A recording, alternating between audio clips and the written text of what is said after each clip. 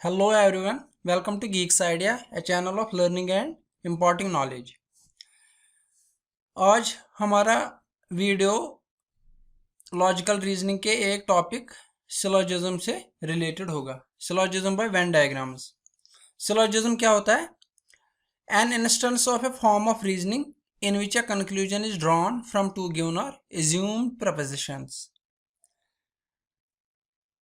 Syllogism में हमें कुछ स्टेटमेंट्स दिए हुए होते हैं जिनको हम प्रीमाइसेस या प्रपोजिशन बोलते हैं. उन स्टेटमेंट से हमें एक कंक्लूजन निकालना होता है. यहाँ पे एक एग्जांपल दी हुई है, all dogs are animals, all animals have 4 legs. इन दो स्टेटमेंट से हमारा कंक्लूजन क्या निकलता है? All dogs have 4 legs.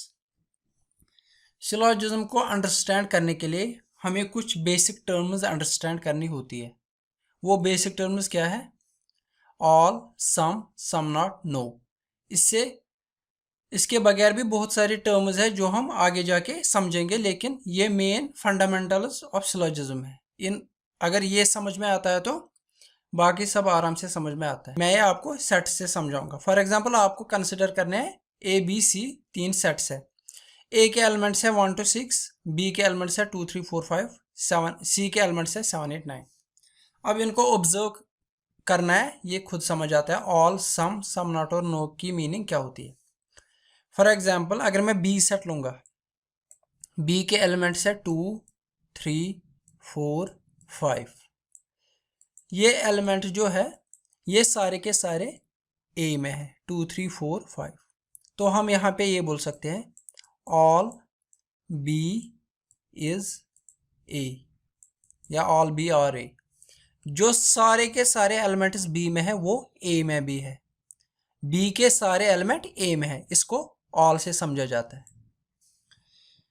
इसी तरह अब फिर से ए को ऑब्जर्व कीजिए. यहां पे 2 3 4 5. ए में कितने एलिमेंट है? 1 2 1 2 3 4 5 6. नंबर भी 6 है और एलिमेंट्स भी यही है 1 2, क्योंकि मैंने असाइन किया नंबर्स. ए के कुछ एलिमेंट्स है जो कि 2 3 4 5 है. ये किस में है? बी में. तो हम यहाँ पे ये बोल सकते हैं सम ए और बी. ए के कुछ एलिमेंट्स है जो बी में भी है, सारे के सारे नहीं है. बी तो सारा का सारा ए में था, वो हो गई ऑल. लेकिन ए के कुछ एलिमेंट्स ऐसे है जो बी में भी है, इसको बोलते हैं सम.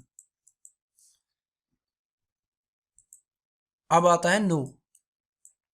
ए में जो भी एलिमेंट है 1 2 3 4 5 6, या बी में जो भी एलिमेंट है 2 3 4 5, सी में है 7 8 9. तो हम ये बोल सकते हैं no A is B, sorry no A is C. या हम बोल सकते हैं no B is C. A के जो भी एलिमेंट है उनमें से कोई भी सी में नहीं है, या सी का जो भी एलिमेंट है वो ए में नहीं है. इसी तरह जो बी में एलिमेंट है वो सी में नहीं है, या जो सी में है वो बी में नहीं है. इसका मतलब यह है सी और ए दो डिफरेंट सेट्स है, डिस्क्रीट सेट्स है. डिस्क्रीट सेट्स का मतलब होता है इनमें कुछ भी कॉमन नहीं है. डिस्क्रीट, ये अलग अलग दो सेट है. ये होगी नो की एग्जांपल. सम नॉट की एग्जांपल क्या होगी? फॉर एग्जांपल ए में है 2 एलिमेंट 1 6. ए के कुछ एलिमेंट्स बी में नहीं है. ए के कुछ एलिमेंट्स बी में नहीं है. बी में है कुछ एलिमेंट्स 2 3 4 5 तो है, लेकिन कुछ एलिमेंट्स ऐसे भी है जो नहीं है, 1 6 नहीं है. इस तरह यहां से भी बोल सकते हैं, लेकिन यहाँ पे हमने बोला नो सी इज ये भी, लेकिन यहाँ पे कुछ एलिमेंट्स बी में है लेकिन कुछ नहीं है. तो हम बोलेंगे सम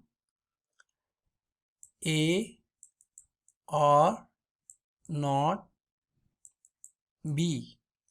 सम ए और नॉट बी. ये होगी सम नॉट की एग्जांपल. अब इन्हीं 4 टर्म्स को मैं पिक्टोरियल रिप्रेजेंटेशन या प्रैक्टिकल लाइफ के एग्जांपल से समझाना चाहूंगा. फॉर एग्जांपल ऑल कहाँ पे यूज कर सकते हैं हम प्रैक्टिकल लाइफ में? अपनी रियल वर्ल्ड में हम कैसे यूज कर सकते हैं, ऑल को कैसे समझेंगे हम? फॉर एग्जांपल ये तो पता ही होगा, ह्यूमंस, इंसान. इंसान की कैटेगरी में कौन सा आता है? मैन आते हैं, मर्द, वुमेन आती है, औरत आती है, चिल्ड्रन आते हैं। अब इन मैन और वुमेन में क्या आता है? ओल्ड भी आता है, यंग भी आता है कि नहीं, और बच्चे भी आते हैं। तो हम यहाँ पे ऑल क्या बोलेंगे? हम बोल सकते हैं ऑल मैन और ह्यूमंस। सारे के सारे जो मैन है वो ह्यूमंस है, वो इंसान है, कॉमन सेंस है। इसी तरह हम बोल सकते हैं ऑल वुमेन और ह्यूमंस। इसी तरह ऑल चिल्ड्रन और ह्यूमंस। इसी तरह ये भी बोल सकते हैं ऑल ओल्ड आर ह्यूमंस या ऑल यंग आर ह्यूमंस। ये हो गई ऑल की एग्जांपल प्रैक्टिकल लाइफ में। अब इसी तरह देखेंगे सम। सम क्या बोल सकते हैं?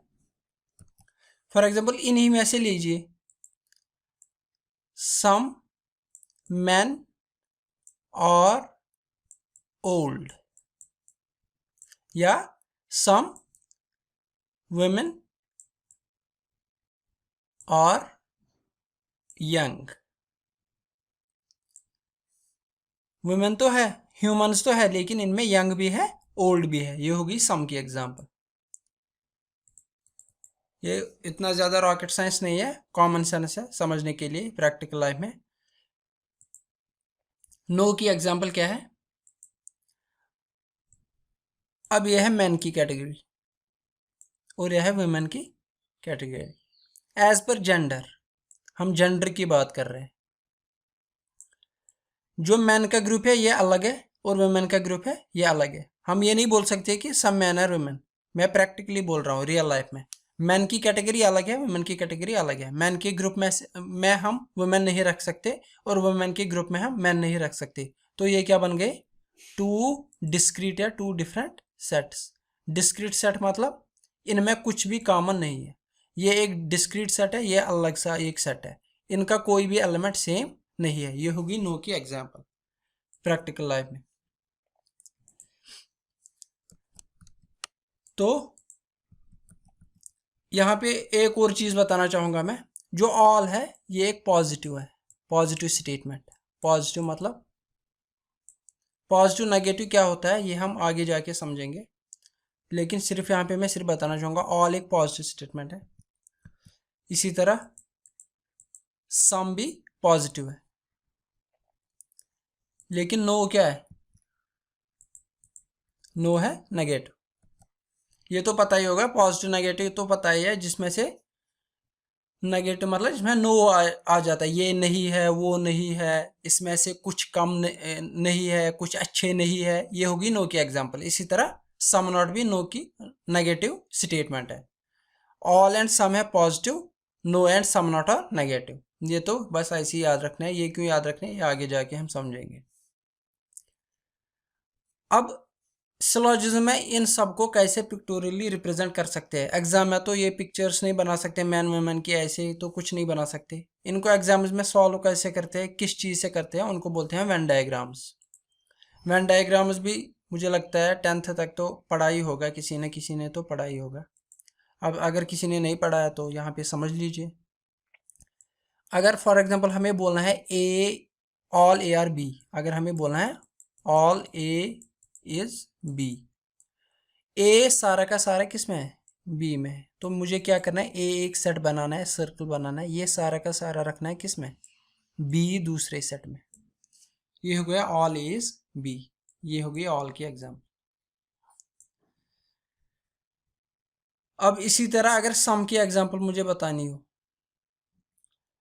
सम ए इज बी या सम ए आर बी, कुछ ए बी है, सम ए आर बी, ये होगी सम की एग्जाम्पल। ये होगी सम की एग्जाम्पल। इसको बोलते हैं वेन डायग्राम्स में, इसको बोलते हैं इंटरसेक्शन। सिर्फ इंटरसेक्शन कराना है, ये बनाते हैं किसकी एग्जाम्पल? इंटरसेक्शन।